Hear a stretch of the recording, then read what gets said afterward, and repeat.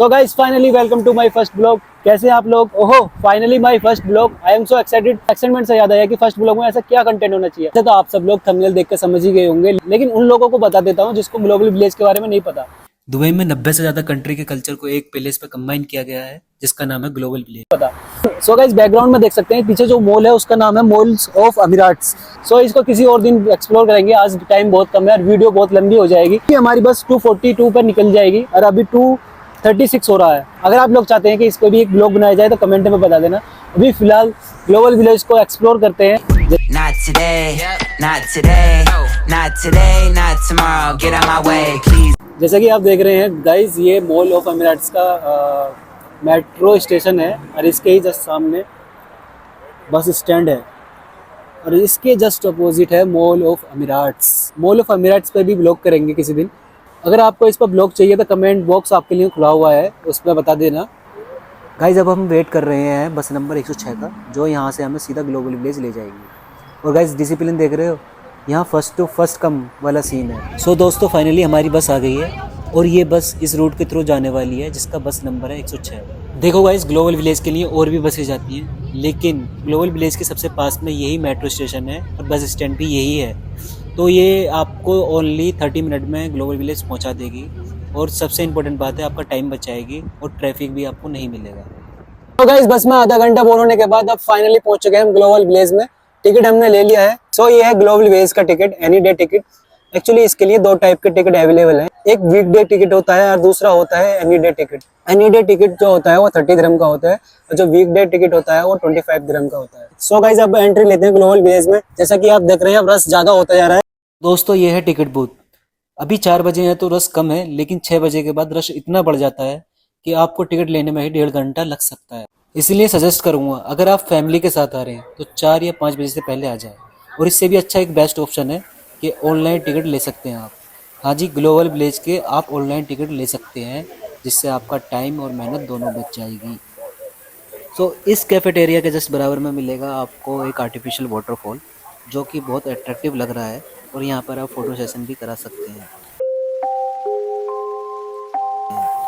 क्योंकि मेरे पास एक बैग है तो आप चलते हैं सीधा बैगेज स्कैनिंग रूम की तरफ। अगर आप लोगों के पास कोई सामान या कोई कवर किया हुआ सामान या बैग नहीं है तो आप सीधा एंट्री ले सकते हैं।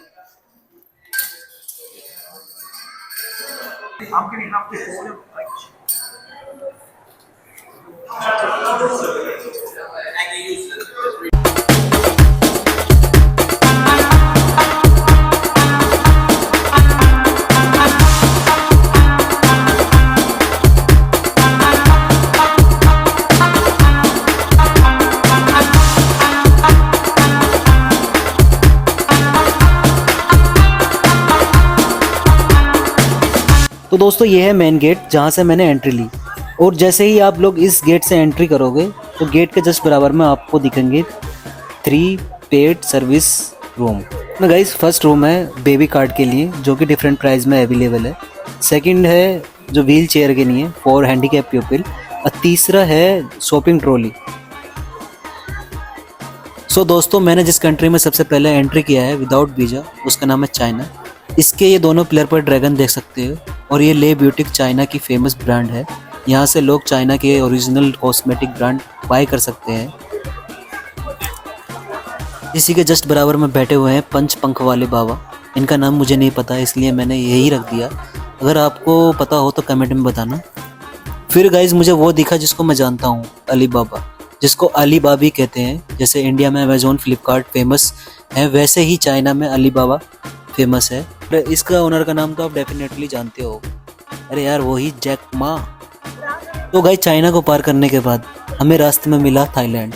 ये लोग खाने में वो परोस रहे थे जो इनको आता है। एक बार को तो मेरा थाई मसाज लेने का मन हुआ, लेकिन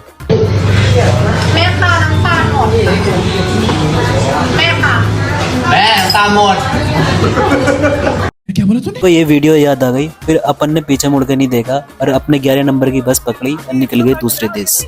गाइस बचपन से मेरी एक इच्छा थी कि लाइफ में जरूर एक बार तेल के कुएं देखूंगा, लेकिन यहाँ चोर बाजार से चुराए गए कपड़े और जामा मस्जिद से चुराई गई चप्पलों के अलावा कुछ नहीं मिला। दोस्तों मैंने कुवैत का कोना कोना छान मारा, लेकिन मुझे तेल का कुआं नहीं मिला। इसलिए मैंने ये कंट्री छोड़ने का फैसला कर लिया और निकल गया तेल के कुओं की तलाश में। रास्ते में मुझे यमन दिखाई दिया, जहाँ मैंने देखा ये यमनी लोग लोगों को ड्राई फ्रूट के नाम पर ईंट पत्थर बेच रहे हैं।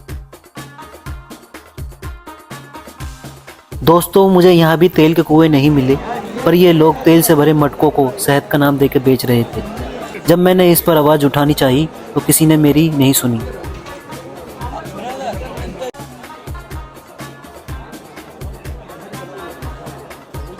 और इस अवैध धंधे को रोकने के लिए मैं पहुंच गया दूसरे देश। मुझे बहरीन से बहुत उम्मीद थी, और बहरीन एक शक्तिशाली देश भी है, क्योंकि इनके पास हीरे मोती सोना चांदी सब है, लड़ने के लिए तलवारें भी। और फिर मैं लग गया सेना जुटाने में, पर मुझे दूर दूर तक कोई नौजवान सैनिक नहीं दिखाई दिया, सिर्फ इस मासूम के अलावा। देश ने भी मुझे मायूस किया और मैं यहाँ से भी चल दिया। लेकिन बॉर्डर पर कुछ लोग कच्ची शराब बेच रहे थे और साथ में चकना भी। बॉर्डर पर एक गलत काम हो रहा था जिसका असर दूसरे देश की मासूम जनता पर भी पड़ता। तो मैं चल दिया दूसरे देश की सेना को बुलाने के लिए। इजिप्ट, जिसको मिस्र भी कहते हैं, मिस्र की सेना इस अन्याय को रोक सकती है, पर मुझे यहाँ मिस्र की सेना की जगह सिर्फ मिस्री मिली।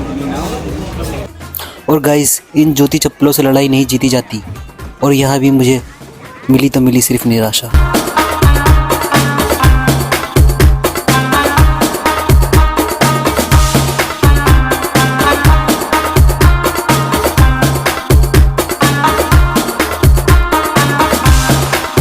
लेकिन दोस्तों मेरे इरादे एक पहाड़ की तरह अटल थे, मैं हार नहीं मानने वाला था। फिर मैंने एक पानी का जहाज़ देखा जिसका मैंने तत्काल टिकट कराया और सीधा पहुंच गया दुनिया के सबसे पावरफुल देश के पास, अमेरिका। क्योंकि बात बड़ी थी तो दोस्तों मुझे पूरी उम्मीद थी president of America Joe Biden मेरी बात ज़रूर सुनेंगे। तो अब मैं लग गया प्रेसिडेंट को ढूंढने में। मुझे सूत्रों ने बताया कि प्रेसिडेंट एक कॉन्सर्ट देखने गए हैं, तो मैं भी उनसे मिलने के लिए वहाँ चला गया। Ready? 5, 6, 7, and across, and not, and across, and not. Position 1, position 2, position 3, position 4. To the back, to the front, and turn 2, 3.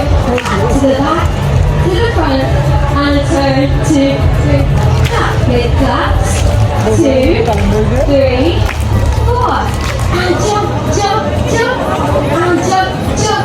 Concert में मेरी एक ना सुनी गई, सिर्फ अपनी पोजीशन की बात की गई। मुझे कौन सी पोजीशन पसंद है ये तो किसी ने पूछा ही नहीं, और मैं निकल गया जापान।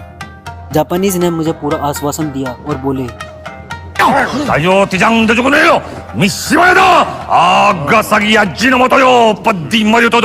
दोस्तों जापान से आने के बाद मैंने एक कार्टून शो देखा।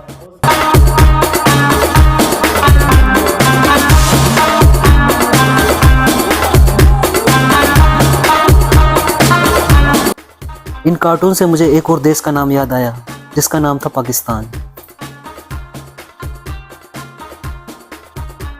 यहाँ पाकिस्तान कश्मीर की ओर धीरे धीरे बढ़ रहा था। बॉर्डर पर रात को रुकने का पूरा इंतजाम किया हुआ था। ये सब इंतजाम इन्होंने आवाम से लिया हुआ सोना बेचकर किया था। जैसे ही बॉर्डर पर पाकिस्तान की भीड़ इकट्ठा हुई, मैं चल दिया मोदी जी को इन्फॉर्म करने, अपने देश इंडिया।